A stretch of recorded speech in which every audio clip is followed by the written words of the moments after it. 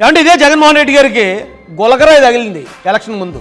హత్యా ప్రయత్నం అని గోలగోలు చేసి గగ్గోలు చేశారు. 2019 ఎలక్షన్ ముందు చిన్న సూదిలాగా చిన్నది ఏదో డాక్టర్ గారు ఇంజక్షన్ చేస్తే సిరంజి గుచ్చుకుంటది కదా, అంత గుచ్చుకుంటే అయ్యి బాబాయ్ చచ్చిపోయాడు, అంతే చచ్చిపోయాడు. ఇది హత్యా ప్రయత్నం ఇదని చెప్పి గగ్గోలు పెట్టారు. ఎవరినో భోజనీ కంటే కాదు నన్నే అన్నాడు, భోజనీ కంటే పలానా తిట్టు మా అమ్మని తిట్టారని చెప్పి గగ్గోలు పెట్టి తెలుగుదేశం పార్టీ కార్యాలయం మీద పట్టాభి గారి ఇంటి మీద దాడి చేయించిన ఇదే జగన్మోహన్ రెడ్డి గారు. అంటే మిమ్మల్ని ఒక మాట అంటేనే అదేదో రాష్ట్ర సమస్యలాగా, మీకు చిన్న గాయం తగిలితేనే అదేదో ప్రాణాన ప్రమాదం లాగా మీరు మొత్తం రాష్ట్రం అంతా అట్టుడికేలా చేస్తారు.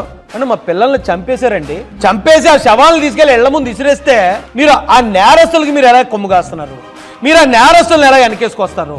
మీరు అధికారంలోకి వచ్చిన వెంటనే మా పథకాలు రద్దు చేస్తే సర్లే పోన్లే, ఈ గవర్నమెంట్ ఇచ్చిన పథకాలతోనే మేము బతికామా, ఎప్పుడు మా కష్టాన్ని నమ్ముకుని బతికాం కదా అని సర్దుకున్నాం. మీరు అంబేద్కర్ గారి పేరు తీసేసి మీ పేరు పెట్టుకుంటే విదేశీ విద్యకి సర్లే కొంతమందిని మనం ఏదో ఒప్పుకుని వాయించిన పెళ్లి తప్పదు కదా, సరే పోన్లే అనుకున్నాం. మా పిల్లల్ని చంపేస్తా ఉంటే దళితుల్ని ఏదో పోలీస్ స్టేషన్లో పెట్టి శిరోమండనాలు చేస్తే మీరు ఆ చేసిన వాళ్ళని ఈరోజు ఇలా కాపాడుకుంటూ వస్తారా?